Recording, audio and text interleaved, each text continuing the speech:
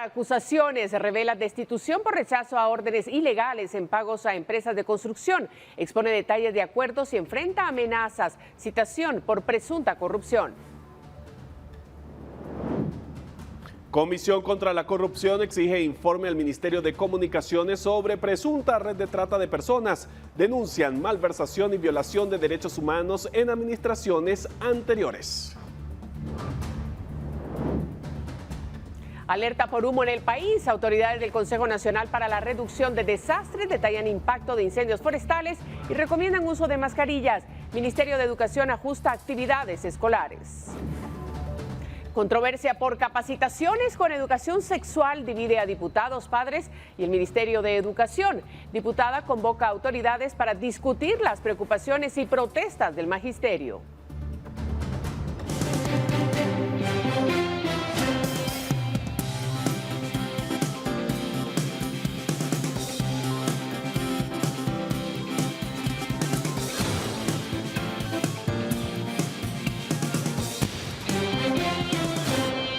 ¿Cómo está? Buenas noches, gracias por sintonizar esta hora la emisión estelar de Noticiero Guatevisión. Hay muchas noticias que usted tiene que conocer, así es que nuevamente gracias por estar con nosotros. Alberto, buenas noches. Buenas noches para ti, María Luisa, y para todos en casa. Agradecido también por su fiel sintonía, por acompañarnos en el transcurso de la tarde y noche a través de la señal de Guatevisión. Y como bien lo mencionaba María Luisa, todo un equipo periodístico preparado para iniciar con la jornada noticiosa de este martes. Vamos allá de inmediato. Durante una citación en el Congreso, las autoridades de la Secretaría Privada de la Presidencia ofrecieron más detalles sobre las razones que llevaron a destituir a la ex ministra de Comunicaciones. No obstante, decidieron descartar cualquier acción legal en su contra. Realmente el presidente se dio cuenta de esto la semana pasada porque habían tenido la reunión, vieron el listado y después el listado no coincidió, pero realmente fue la semana pasada y a raíz de eso el presidente tomó la decisión. Un listado de empresas a las que debían pagar por las obras en desarrollo y que no se acató fue el detonante para la destitución de la ahora exministra de Comunicaciones, Yasmín de la Vega. Durante una citación en el Congreso, la secretaria privada de la presidencia, Ana Glenda Tájer, amplió detalles de las razones para la remoción de la exfuncionaria. Según Tájer, se habían definido varios criterios, entre ellos no pagar 2 meses seguidos a la misma empresa, así como sincronizar los desembolsos con la ejecución física. Sin embargo, luego notaron que habían empresas repetidas en los listados de ejecución. Pese a esto, explicaron que no accionarán contra la exfuncionaria, ya que descartan que hayan habido sobornos. Nosotros la información que tenemos es que ella incumplió una orden del presidente, pero no tiene ningún tipo de acción que implique poder tener unas acciones legales contra ella. O sea, la ministra en ese sentido lo único que perdió fue la confianza del presidente porque había un mecanismo establecido y no lo cumplió. Pero realmente nosotros no creemos que ahí se han recibido prebendas ni creemos que ahí haya algún tema más específico de corrupción. La salida de la exministra también conllevó la destitución de personal de su confianza, como los exviceministros Carla Alvarado y Jorge Luis Contreras. Horas más tarde se juramentó como viceministro de Transportes al exintendente de Recaudación de la SAT, Fernando Suriano, quien se encaminaba a ser el próximo director de Aeronáutica Civil. Se van a remover a todos los asesores, también a los viceministros, ya se hicieron las remociones el día de hoy y ahí se va a cambiar pues a bastante profundidad todo el ministerio. En total, la exministra autorizó pagos por más de 121 millones de quetzales, de los cuales alrededor de la mitad, según las estimaciones reveladas en la citación, fueron para pagar a empresas que se repetían en los listados. Según la Secretaría Privada, se pagaron 8.9 millones de quetzales a la empresa Cianza S.A., 22.8 millones a Coanco S.A. y 30.6 millones a Supervisión, Construcción y Mantenimiento S.A., que son las 3 empresas repetidas en las listas. Con imágenes de Byron Baiza para Noticiero Guatevisión, Henry Montenegro. La exministra de Comunicaciones, Yasmín de la Vega, convocó una conferencia de prensa y se defendió de los señalamientos emitidos por el presidente de la República, Bernardo Arévalo, por pagos a compañías de construcción. A diferencia del trato que tuvo la exministra de Ambiente María José Iturbide antes de su destitución, Yasmín de la Vega se enteró de su despido por medio de una videollamada del presidente. Según la exfuncionaria, había un acuerdo verbal con el presidente y el Ministerio de Finanzas para hacer los pagos a empresas y se establecieron 3 criterios para saldar deuda de arrastre. El primero indicaba que el avance físico de las obras correspondiera con el avance financiero. El segundo, que la supervisión coincidiera con la ejecución de la obra. Y el último, que se pagara a las empresas cada 3 o 4 meses. Pero este último no era compartido por De la Vega porque a su criterio era ilegal. No es que no comparta, sino que no debo hacerlo.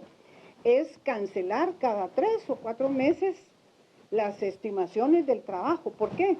Porque esto en los contratos suscritos lo menciona claro, que se deben hacer estimaciones mensuales y los pagos deben ser mensuales.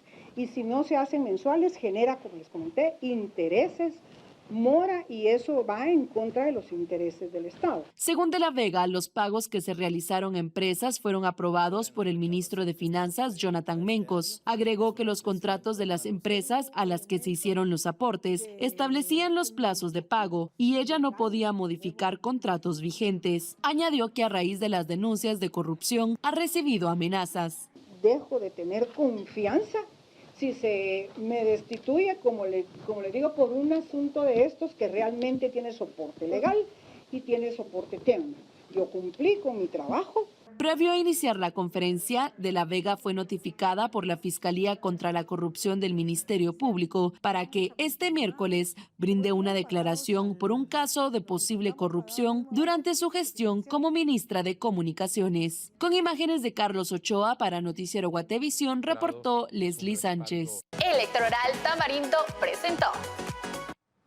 Bueno, y siempre hablando de esa cartera, en el Ministerio de Comunicaciones operaba una posible red de trata de personas. Varias mujeres habrían sido contratadas en puestos administrativos para brindar servicios sexuales a exfuncionarios.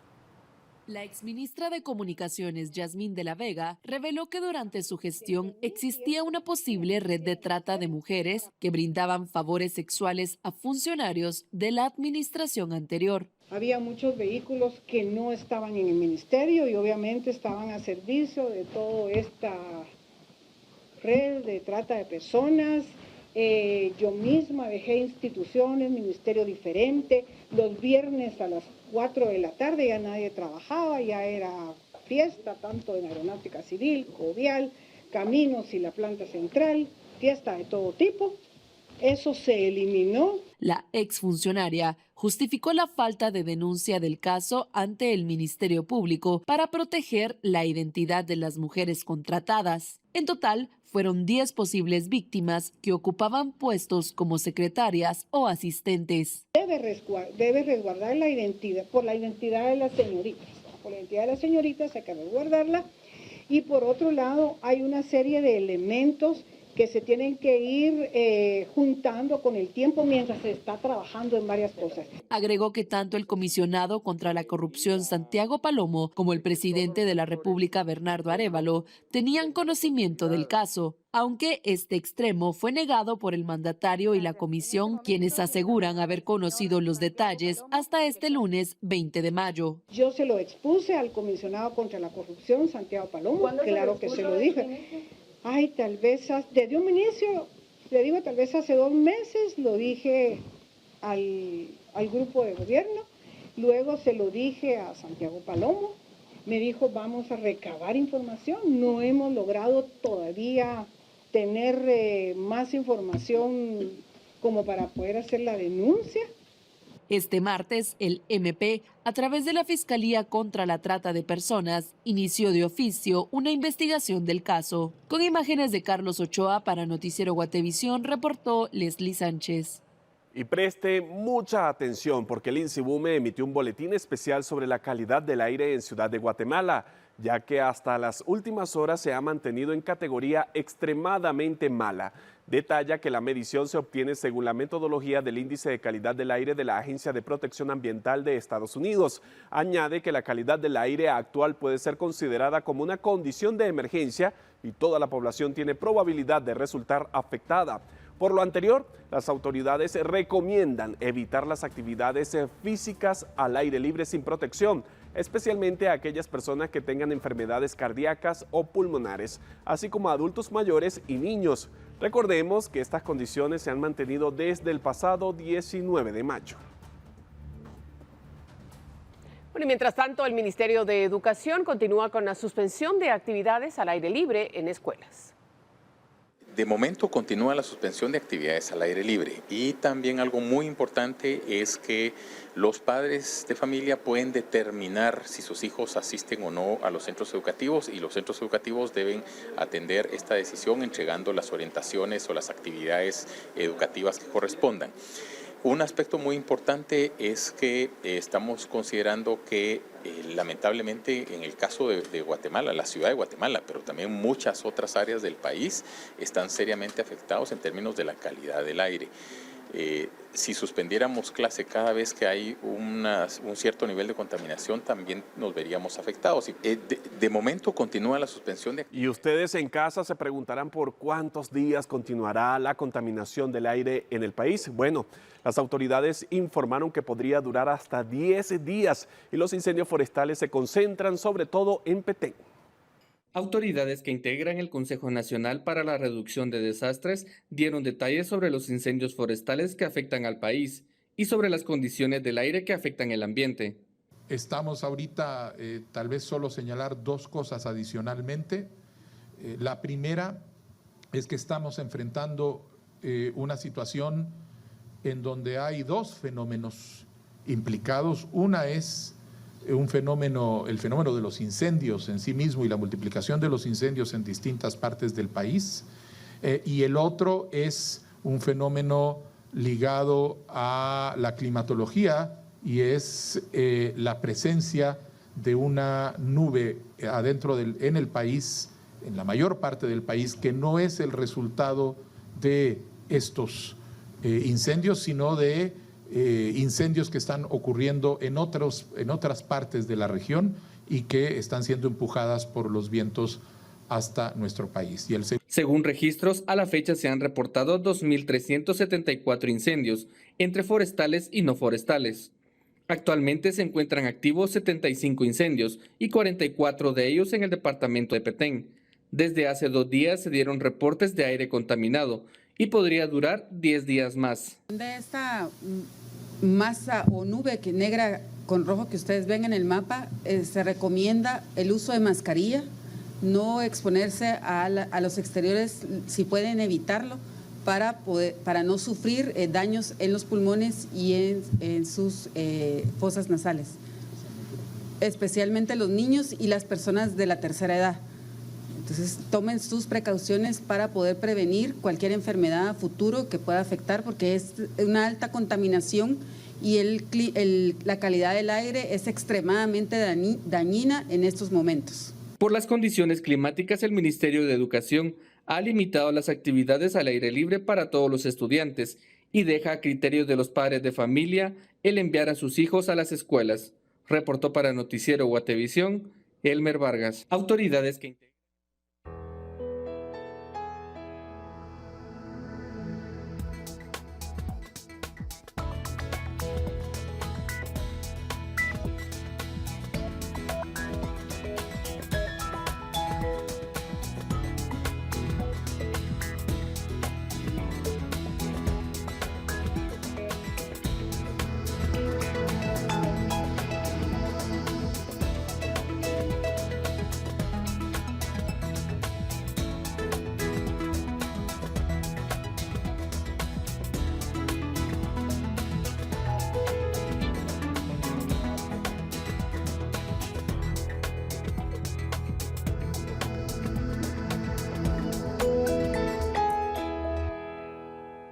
Continuamos con noticias más alentadoras, hasta soluciones, podríamos decir. La red de restauración de la Costa Sur, integrada por entidades públicas y privadas, así como por comunidades, lanzó su plan de reforestación para el año 2024. Este plan contempla la siembra de 750,000 árboles en 7 departamentos de la Costa Sur.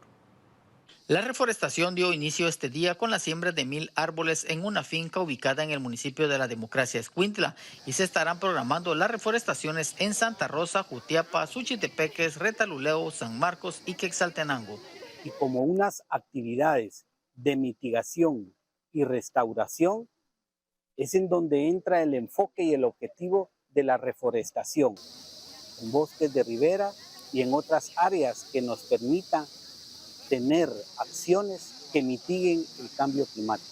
La red de restauración de la costa sur está conformada por 52 actores y la unión de estos favorece las acciones que emprenden para hacer frente a los efectos del cambio climático. La época de verano o la época de estiaje se ve duramente impactada por la reducción de agua que se tiene en toda la costa sur y debido a ello tenemos que garantizar también que estas zonas altas o de producción y de captación de agua pues mantengan la cobertura para poder garantizar, ¿verdad? Y poder facilitar así el ciclo hidrológico del agua en estas cabeceras de cuenca. Los árboles a plantar son matilisguate, conacaste, cedro, caoba, palo blanco, volador, plumillo, hormigo, entre otros. En esta actividad participaron comunitarios quienes expresaron su preocupación ante los efectos de este verano. Pero es una escasez, es una sequedad tremenda la que hay, entonces igual estamos viviendo eso en todos lugares. Todos se está viendo esa sequedad, pero es por lo mismo la falta que hay de árboles. Para Guatevisión, Carlos Paredes. Y vean el siguiente caso. Una mujer fue capturada cuando iba a vender loros en peligros de extinción en un parque de la zona 1 capitalina. Ahora la misma será investigada. Crisbel Mayerly López fue detenida el pasado domingo en el Parque Colón, en la zona 1 capitalina, cuando pretendía vender loros conocidos como cachete amarillo. Por medio de redes sociales, una persona la habría contactado para la venta de estas aves. Luego de su detención, fue trasladada hacia Torre de Tribunales, donde un juez la ligó a proceso penal. Esto por el delito de tráfico ilegal de flora y fauna. El juez también dio un plazo de 4 meses a la Fiscalía de Delitos contra el Ambiente del Ministerio Público para continuar con las investigaciones del caso. El 17 de mayo fue capturado Carlos Zumpalag. Él viajaba como pasajero en un bus que cubre la ruta entre Retaluleu y Quetzaltenango, cuando en un operativo, agentes de Diprona lograron el rescate de 6 loros cachete amarillo. El objetivo de Carlos era comercializar las aves en un mercado quetzalteco. En un sector de la zona 11 de la capital, fueron detenidos Jorge David Díaz y Andy Abraham Jack. Autoridades indicaron que lograron el rescate de 3 loros cachete amarillo. Ambos están a la espera de comparecer ante un juez para resolver su situación legal. Reportó para Noticiero Guatevisión, Elmer Vargas. Tenemos más información. La comisión postuladora para el director del Instituto de la Defensa Pública Penal dejó para este miércoles el análisis de los últimos 5 expedientes de los 45 que fueron presentados por abogados que buscan ser electos para dirigir la defensa pública. Hasta el momento, 40 expedientes han sido analizados y el lunes próximo se publicará el listado de los aspirantes que incumplieron con algún requisito para que presenten sus descargos y se determine si son separados definitivamente del proceso o si son reintegrados. La comisión debe remitir una terna al Congreso para elegir al próximo director antes del 5 de agosto.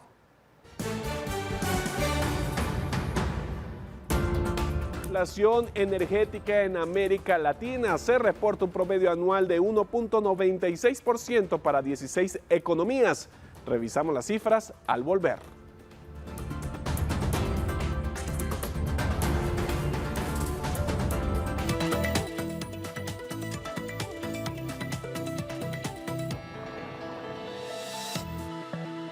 Bueno, aquí estamos ya de vuelta. Gracias por estar con nosotros y es momento de que llegue nuestra compañera Paula Osaeta. Eso significa de que va a iniciar el segmento Hablemos de Dinero. Así que Paula, te saludamos. Muy buenas noches.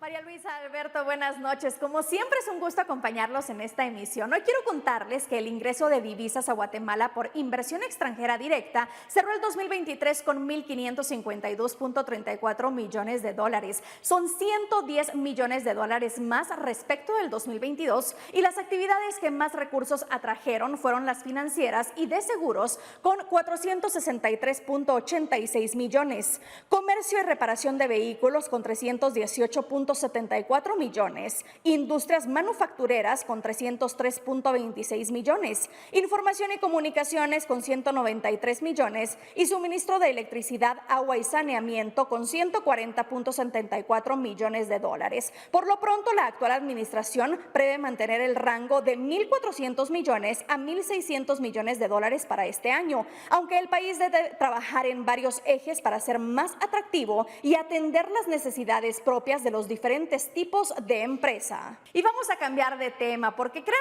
un índice de inflación energética de Latinoamérica que incluye a Guatemala. La inflación energética como promedio en 16 países se sitúa en marzo de 2024 en 1.96% en términos interanuales. Le cuento más en la siguiente nota. La Organización Latinoamericana de Energía, entidad integrada por 27 países, dio a conocer el indicador de inflación energética de América Latina y el Caribe con la información de 16 economías, incluyendo Guatemala, que se calculó en 1.96% en un año como promedio.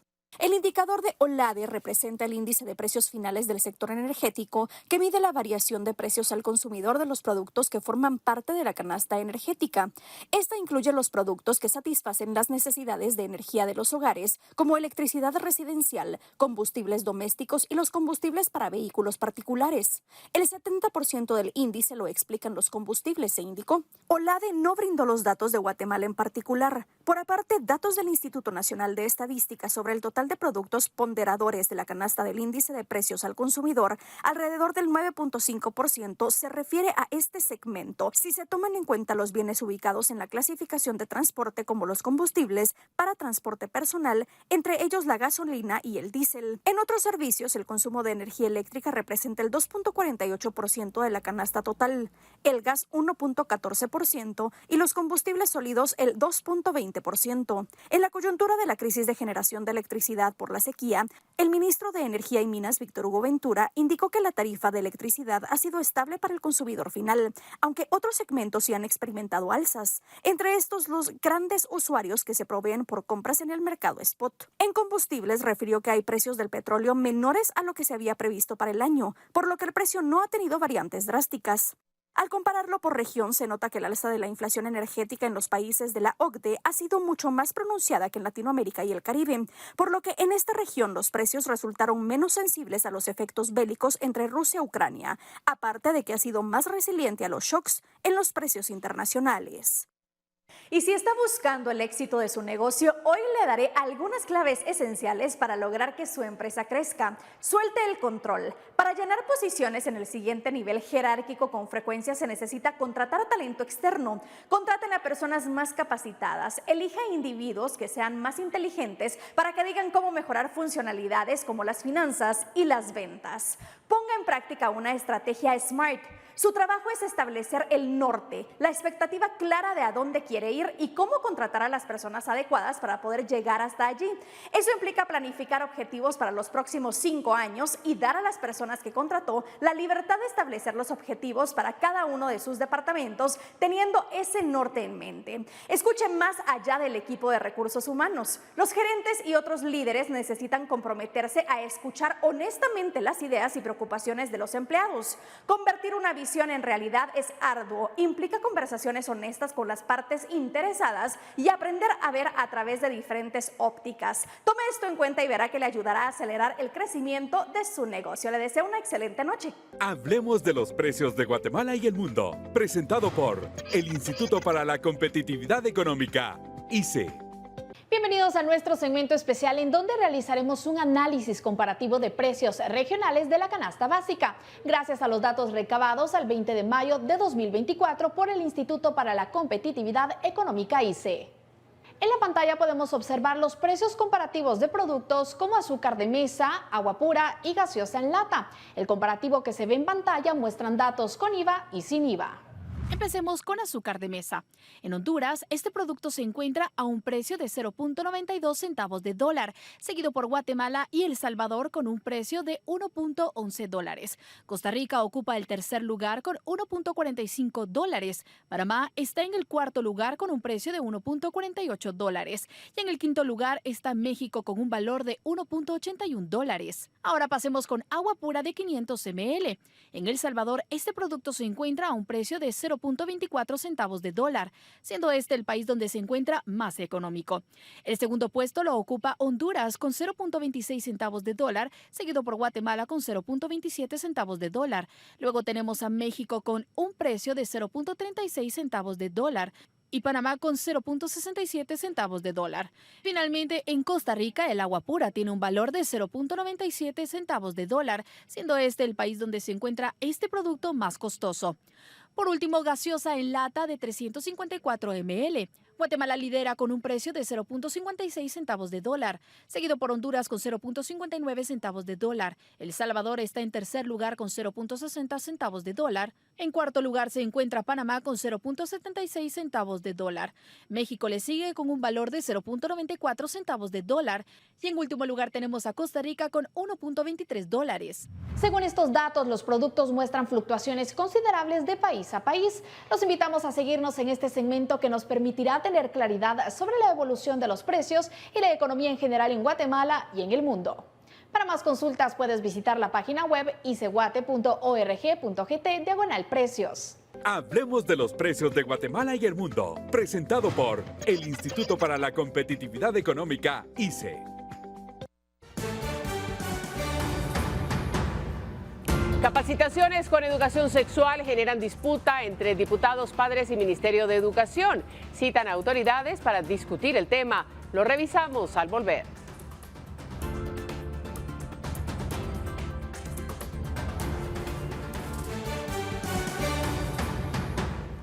Continuamos con más información. Unas capacitaciones que incluyen el abordaje de educación sexual han provocado la discordia entre algunos diputados, padres de familia y el Ministerio de Educación. Hoy hubo una citación sobre el tema y vea lo que ocurrió. Lo que comenzó como un diplomado para evitar la discriminación y el racismo hace 3 años, actualmente genera controversia para el Ministerio de Educación. La capacitación no ha sido bien vista por algunos padres de familia, diputados y el mismo magisterio, quienes alegan que se están impartiendo temas de sexualidad a los menores. Este último gremio salió a las calles de Quetzaltenango el pasado 17 de mayo para protestar en contra de lo que llaman la ideología de género en las aulas. Este martes, la diputada Sandra Jovel citó a las autoridades de la cartera educativa para cuestionar sobre este tema y ahora dicho programa será analizado pese a que se imparte desde hace algunos años y actualmente se está realizando únicamente en Izabal. En este momento sí, solo en Izabal y es un programa que se desarrolla con docentes, no con estudiantes. ¿Continuará el programa o será...? No, el programa continúa, de hecho entiendo que está arrancando, ¿verdad? Lo que vamos a hacer es revisar los contenidos, asegurarnos de que lo que está haciendo está en el marco de la legislación, como yo les decía antes. No es un programa que creamos nosotros, esta administración, es un programa que viene de la administración anterior. Así que... Para los funcionarios de educación genera extrañeza la protesta del magisterio, ya que aseguran que todas las capacitaciones reciben el aval del sindicato. Durante la citación, Jovel hizo referencia a denuncias recibidas sumado a las protestas. Incongruente que una ministra de Educación, cuando el pueblo es el que está detrás de nosotros somos representantes. Según la legisladora, no descartan volver a citar a las autoridades de la cartera educativa derivado de este tema. Con imágenes de Byron Baiza para Noticiero Guatevisión, Henry Montenegro.